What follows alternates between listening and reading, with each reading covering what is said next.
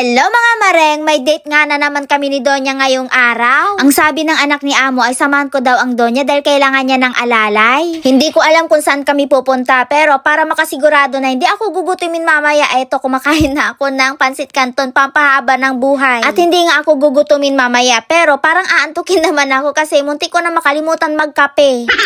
Ewan ko ba mareng, kapag hindi ako nagkape sa umaga inaantok ako. Sa kakanood mo ng Chinese drama yan, Mareng.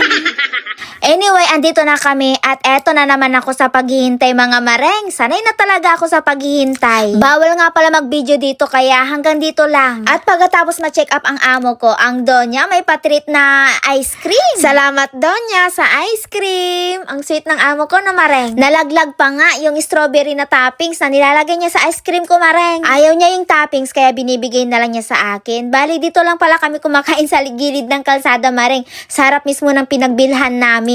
At bago kami sumakay ng bus pa uwi, ay dumaan muna kami dito sa bilihan ng favorite niyang pagkain. Hindi ko alam kung anong tawag dito sa pagkain na to, pero para siyang wrapper ng Shanghai na malaki. Mura lang yung ganyang isang bilog mareng. 110 NT lang. Gusto ko nga ding bumili mareng kaso nahiya ako kay Donya kasi kapag sinabi kong gusto ko, bibilhan niya ako mareng, siya ang magbabayad. Ayoko, nahiya ako. At pagdating namin sa mansion, humilata muna ako, umidlip muna ako kasi nga feeling ko ipagod na pagod ako kahit wala naman akong ginawa, nagantay lang naman ako kay Donya. At pagkaakit ko sa taas sa amo ko, binigyan ako ng mga pagkain ni Donya.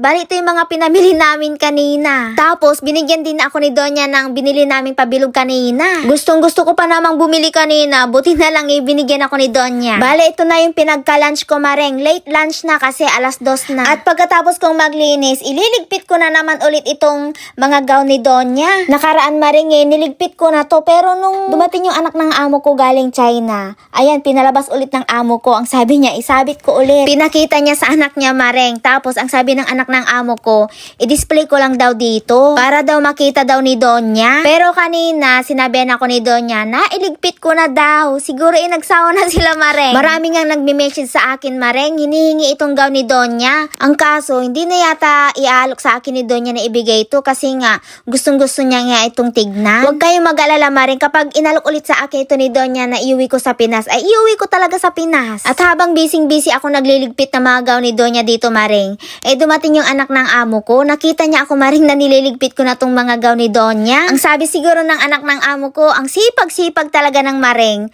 Uy, ang feeling.